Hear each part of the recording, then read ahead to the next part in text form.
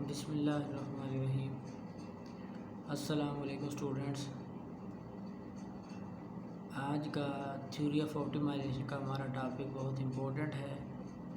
दरअसल ये टॉपिक शायद नया भी नहीं है, शायद कुछ स्टूडेंट्स के लिए नया हो भी। बहरहाल टॉपिक का नाम है कनकेविटी। अब ये कनकेविटी क्या होता है? दरअसल ये इसमें दो चीज़ें होती हैं, एक कनकेव अप और कनकेव डाउन। यानी कोई फंक्शन कनकेव या कोई कर्व कनकेव अप कब होती है और कोई कर्व कनकेव डाउन कब होती है, ये देखना होता है इसमें। दूसरे अल्फाज में हम यूँ कह सकते हैं कि ये टॉपिक रिलेटेड है इंक्रीजिंग और डिक्रीजिंग फंक्शन के।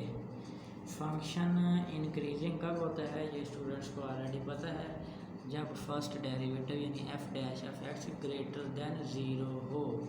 यानी फर्स्ट डेरिवेटिव अगर पॉजिटिव हो तो फंक्शन इंक्रीज हो रहा होता है, और अगर first derivative less than zero यानी नेगेटिव हो तो फंक्शन डिक्रीज हो रहा होता है।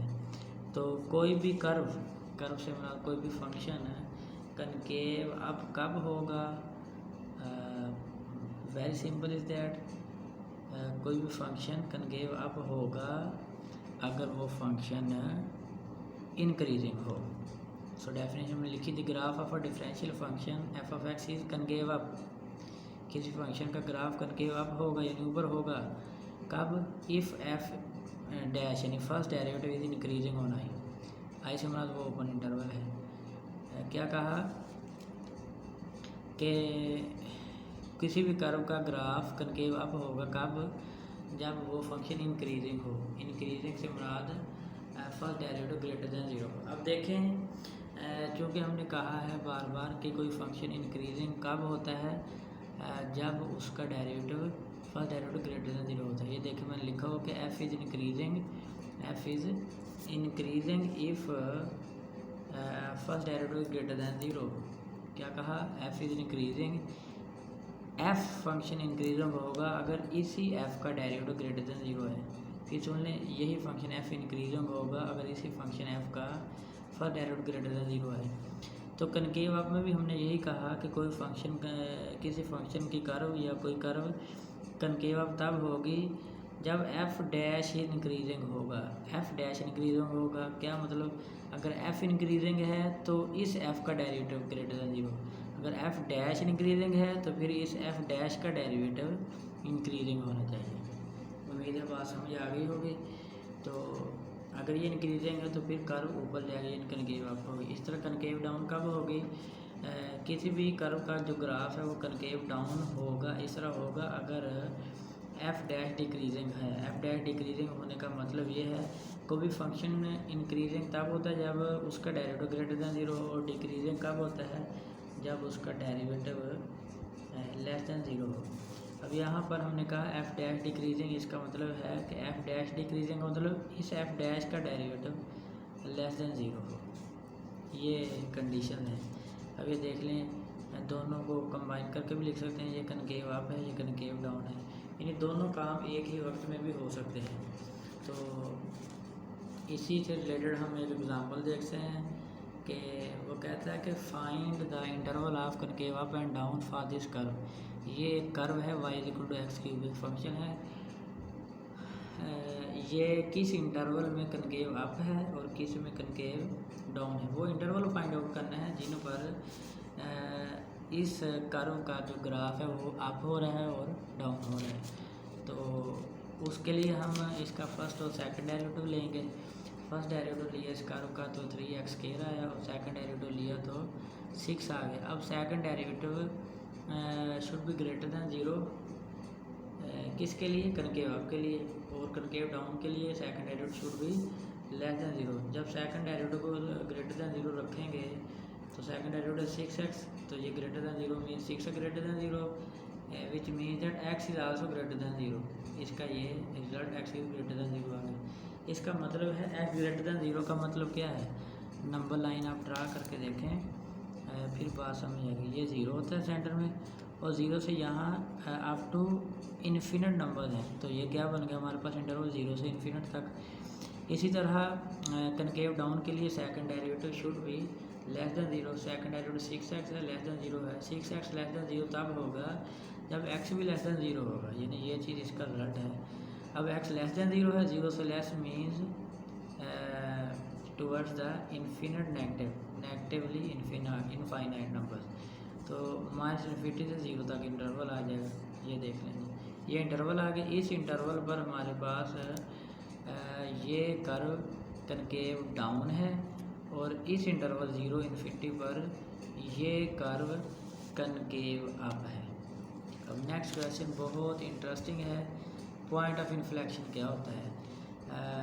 बहुत सादा लफ्ज़ों में बता दूं कि पॉइंट ऑफ इन्फ्लेक्शन किसी भी कर्व के लिए वो पॉइंट होता है जहाँ पर उसकी कनकेविटी चेंज हो। ये जो अहम बात है वो मैंने लिख दी, फिर सुन लें।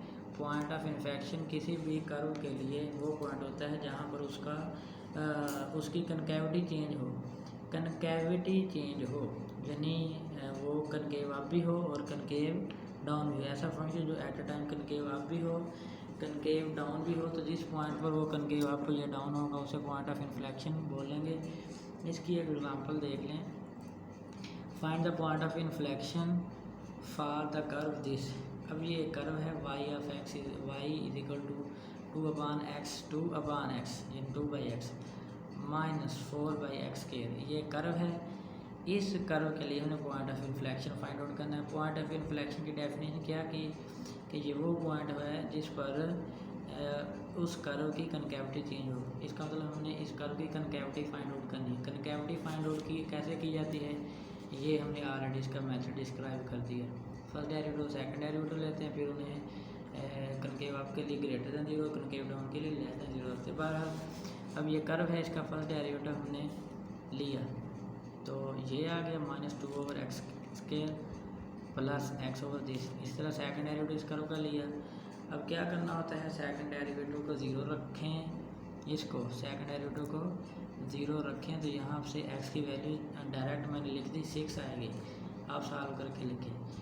अब इस 6 से लेस पर सेकंड डेरिवेटिव की वैल्यू देखेंगे और इस 6 से ग्रेटर पर सेकंड डेरिवेटिव की वैल्यूज़ देखेंगे।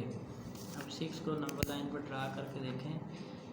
ये देखें जी, फॉर एग्जाम्पल ये 6 है, ये 0 है इधर, ये 1 2 3 4 5 6 से लेफ़्ट साइड पर 6 लेस देन 0, 6 लेस देन 0, 0 से लेस मीन्स 0 से 6 less than x less than 6, 6 से लेस भाई 6 से लेस किधर होंगे, सॉरी से 0 इधर है तो 6 इधर बनेगा और इधर -6 है। 6 से लेस इधर होंगे और 6 से ग्रेटर इस साइड पर होंगे। मैं यहाँ लिख देता हूँ। तो 6 से लेस क्या आएंगे, फॉर एग्जाम्पल आप 6 से लेस 5 ले लें तो उस पर इसमें 5 पुट करें सेकंड डेरिवेटिव में। 4 × 5 -6, 6 से लेस पर 5 फॉर एग्जाम्पल पुट कर लें तो 5 - 6 क्या आएगा, -1 या -4, यानी 6 से लेस पर वैल्यू भी लेस आती है। ये देख लें, when x less than 6 then f" of x is also less than 0। जब आप वैल्यू 6 से लेस पुट करते हैं सेकंड डेरिवेटिव में तो वैल्यू भी लेस देन 0 आती है, नेगेटिव आती है। इसी तरह अगर 6 से बड़ी वैल्यू पुट करें सेकंड डेरिवेटिव, 6 से बड़ी फॉर्म 7 पुट करें, 7 - 6 1, 1 × 4 ये पॉजिटिव आ गया। तो दोबारा फिर सुन लें, अगर नेगेटिव लेस 6 से लेस वैल्यू पुट करते हैं सेकंड डेरिवेटिव लेस आता है, 6 से ग्रेटर वैल्यू पुट करते हैं सेकंड डेरिवेटिव तो वैल्यू भी डबल डेरिवेटिव की ग्रेटर देन 0 आती है। तो दोनों तरह की वैल्यूज आ गई, सेकंड डेरिवेटिव लेस देन 0 भी आ गया और सेकंड डेरिवेटिव ग्रेटर देन 0 भी आ गया। यही बात हमने ऑलरेडी की थी कि कनकेव अप के लिए सेकंड डेरिवेटिव ग्रेटर देन 0 होता है और कनकेव डाउन के लिए सेकंड डेरिवेटिव लेस देन 0 होता है। अब यहाँ पर भी ऐसा ही हो रहा है, सेकंड डेरिवेटिव लेस देन 0 भी है और सेकंड डेरिवेटिव ग्रेटर देन 0 भी है, सेकंड डेरिवेटिव लेस देन 0 भी है और ग्रेटर देन 0 भी है, यानी कनकेविटी इसकी चेंज हो रही है। कनकेव अप भी है और कनकेव डाउन भी है। सो हमारे पास इस फंक्शन का पॉइंट ऑफ इन्फ्लेक्शन एग्जिस्ट करता है किस पर, 6 पर, क्योंकि पॉइंट 6 आया था सेकंड डेरिवेटिव को 0 रखने से। Here the concavity change at X equal 6, तो हमने पॉइंट पुट करने के लिए ये एक्स की वैल्यू तो 6 है हमारे पास, मैं इसे बोल्ड कर दूँ। वाई की वैल्यू चाहिए, चूँकि पॉइंट हमारे पास आपको पता है एक्स वाई फॉर्मेट में होता है, एक्स की वैल्यू तो है, वाई की वैल्यू फाइंड आउट करने के लिए एक्स की इस वैल्यू को असल फंक्शन में पुट कर दें, यहाँ से वाई की वैल्यू आ जाएगी। ये देख लेंगे 2/6 माइनस 4/6 स्क्वायर, ये 2/9 है, एक्स की वैल्यू 6 थी और वाई की ये हमारे पास रिक्वायर्ड पॉइंट ऑफ इन्फ्लेक्शन है। अगर किसी स्टूडेंट को किसी किस्म की कोई समझ ना आई हो इस कनकेविटी के टॉपिक में, तो वो ज़रूर कमेंट करें, इंशाअल्लाह उसका बर वक्त जवाब दिया जाएगा।